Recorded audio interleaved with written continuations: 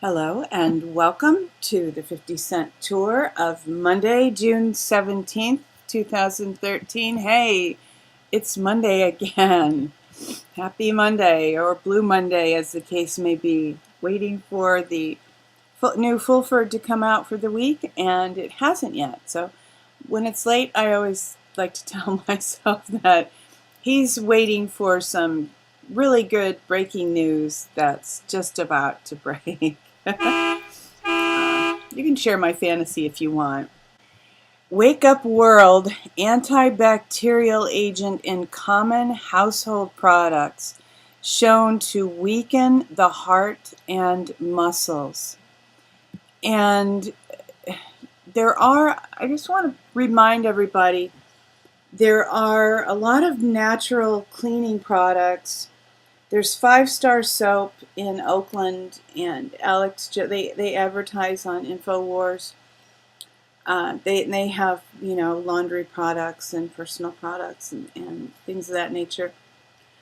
I might have even put it on the tour a couple of weeks ago. If you eat citrus fruits, grapefruit, oranges, limes, I don't think you're supposed to do it with lemon, but save the peels and put them into an apple cider vinegar and let them sit in the sun for a couple weeks, and it makes a really great cleaner. And we have done that, and it really is a very, very effective cleaner for like bathrooms, whatever. You put it in a spray bottle and just use it the way you would other cleaners. You probably have to rinse with water, which I think there's some cleaners that you don't absolutely have to. But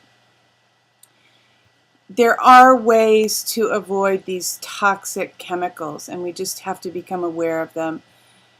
My son told me yesterday he's had warts since he played hockey as a 12-year-old, and those hockey gloves get nasty, and he's had warts, and he's tried various things, and he read the other day that, well, a while ago, because he has already done it and it was effective. You put a slice of organic raw potato on a wart and leave it there for some time. It makes it go away. I was amazed. And he had tremendous results. So there's always another way to do something. We can avoid all of these nasty toxins, and we better learn how to do it soon. Census benchmark for white Americans, more deaths than births. Now, I don't want to do any kind of racial favoritism here. If this... we know in Africa they're trying to kill the Africans with vaccines. We know that in different places in the world there is specific racial targeting that's being done to get rid of certain groups. And now, here it is. And they it's like the movie Idiocracy. White people are kind of encouraged not to have children, women. Get your career, live your own life, don't have kids, don't be saddled, don't be tied down. And a couple of years ago, we were at a Liberty on the Rocks meeting, and we had a couple drinks along with everybody else there. And there were these, young people that were all, we have to have these ideas. And I said, hey, if you want to save the country, get married, and have 3 children. And they were kind of angry with me, but it's reality. Then that you place the values in your children that you espouse, that you elevate, that you hold dear. And if a population stops having babies, game over. They're defeated. No matter how smart, how brave, no matter what they have going for them. If they stop having children, they're defeated. I found this interesting. Not that significant, really. Yahoo tried to fight the NSA's Prism. in court. They tried to resist. They lost the case, mostly due to the so-called Patriot Act. So there are companies that, not everybody who went along with this was in agreement with it, I guess is what I want to say. As I am waiting for that page to load, Max Kaiser's on Alex Jones, and there was testimony given this morning by Snowden. He did a press conference of sorts, and he was asked if encryption works, and the answer was yes. So for privacy, for the time being anyway, encryption does keep your communications private. The best Benghazi explanation yet seen from a retired U.S. Navy captain. And if you're still interested in Benghazi, I know there are a lot of other things moving to the forefront news-wise, but this may be the really significant story. It's difficult to tell which of the big breaking news stories is the one that is really significant, or which ones are distractions, or all of the above, maybe. Who knows? If you're still thinking about Benghazi, this has some good information. And I want to move to, just talk about the press a little bit, mainstream media, and just some ideas that are coming out in more mainstream media. Glenn Beck discusses Hagmann's article, It's Going to Get Ugly. There's this continual Glenn Beck promise that information is going to be released. And a lot of people think that it's publicity stunts, but on the other hand, we know there are more secrets breaking. And Snowden said in his press conference, which I did not hear, I heard a report of it, that there's a lot more that's going to be coming to light. So we're not finished with revelations. And there's this strange, I guess, competition going on. I mean, alternative news people are not intentionally competing with the mainstream media, but the mainstream media have so much at stake that I believe that they might be trying to break more liberty-oriented stories just to get people back. 77% do not trust television news. And so we're hearing more things come out in the television news. Here's Pat Buchanan. Sarin gas use in Syria has Gulf of Tonkin false flag written all over it.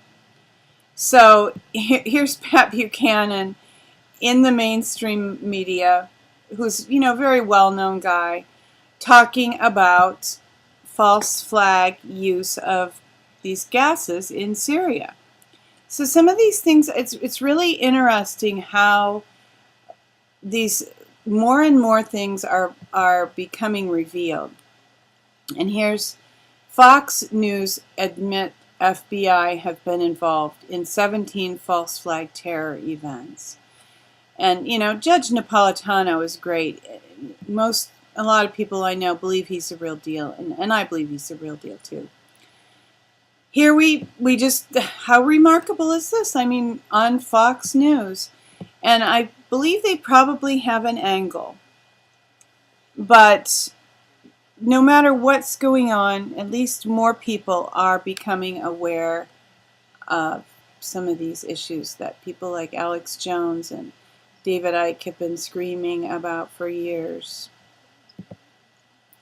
Speaking of David Icke, we need to come together. And this is an excerpt from, a 10-minute excerpt from one of his shows that he does. I have been to one, and he is a tremendous speaker in person. The time that I heard him speak, I believe he spoke for, I want to say 12 hours. I think it was from like 9 or 10 in the morning till about 9:30 at night with a break for lunch. And he uses a few slides, a few visual aids, but for the most part it's him talking, and he is so well spoken and so expressive and so genuine that it's really just a treat to hear him speak. And this is, you probably heard him talk about this before, we need to come together, and he brings up, you know, they came for in Nazi Germany, they came for this group, and most people weren't impacted, so they just, well, it doesn't affect me. And then finally, you know, you get to knock at your own door. And in light of that, I want to bring up these articles about Detroit. And Friday on the tour, I had the Bruce Springsteen song "My Hometown," and I was even thinking about that quote in light of the Bruce Springsteen song, because that song is about losing industry in a community and losing any form of income, and basically the community just becoming a cluster of empty buildings. And a lot of us, when we haven't had jobs in industry, we've had jobs in tech or whatever, we haven't cared that we've lost industry. It's kind of the same idea as, you know, they came for this group of people, they came for that group of people. Well, we lost industry, we lost agriculture. We're definitely in the process of losing agriculture. We haven't lost it altogether yet, but we've lost family agriculture to a huge extent. And even pertaining to cities, you know, we're losing Detroit. Detroit goes under. There is no way out but collapse. Why should we care? Well, rotting, decaying, and bankrupt. If you want to see the future of America, just look at Detroit. Ultimately, they don't care. You know, the Michael Jackson song, what I really want to say is that they don't really, what I want to say is that they don't really care about us. And we have to do something for ourselves and for one another. And if we just sit and pretend that it doesn't affect us, we'll fall into the same black hole. And one thing that I want to bring up in light of Detroit is the CAFR funds. You know, where are the CAFR funds for Detroit, for the state of Michigan? Can anybody demand that they release these funds where the people need them? How would we go about doing that? I don't know, but it's one possibility, I think, of, you know, these funds are there. They really belong to the people, though they have been claimed by the banks. They've been, you know, squirreled away by politicians, whatever. These funds exist, and when the people need them, they should be available. And, you know, we could do so much. I had an article, I can't even remember if I put it here, I might have just put it on Facebook a couple weeks ago. Something like 1% of the world's wealthiest people could be taxed 25% and completely end world poverty practically overnight. So the money is being spent in just ways that really don't make sense. And I hope that we can begin to make a squawk about it. And I have a little information on some restaurants here. Chipotle becomes first U.S. restaurant chain to voluntarily label GMOs. Chipotle has become just about the only fast food I will eat. In-N-Out's good. There are a couple, you know, a few. I won't say it's good. I'm not sure what they fry their fries in, and you still have to stay away from the milkshakes and the sodas. But they're trying to offer real food, I believe. And then here, you know, this article about Chipotle. Chipotle just, it seems fresh and clean. I'm not completely crazy about the post-industrial decor. The lighting tends to give me a headache. But, you know, eat outside, right, or carry out. I think they want people to carry out anyway. So there are places, a few places to eat, and all it is that it will be labeled if it's GMO, voluntarily labeled. So you probably can't eat everything there and avoid GMOs, but they're at least they're showing good faith that they're thinking about it. So that's part of the good news. This is not so good news, but it goes along with another story. McDonald's worker sues, don't pay by debit card. Evidently, JP Morgan gets to take a little piece out because of how McDonald's is paying their people. And there's no way around it. So here's, file a lawsuit. I think they probably think that most people are too ignorant or timid to resist them.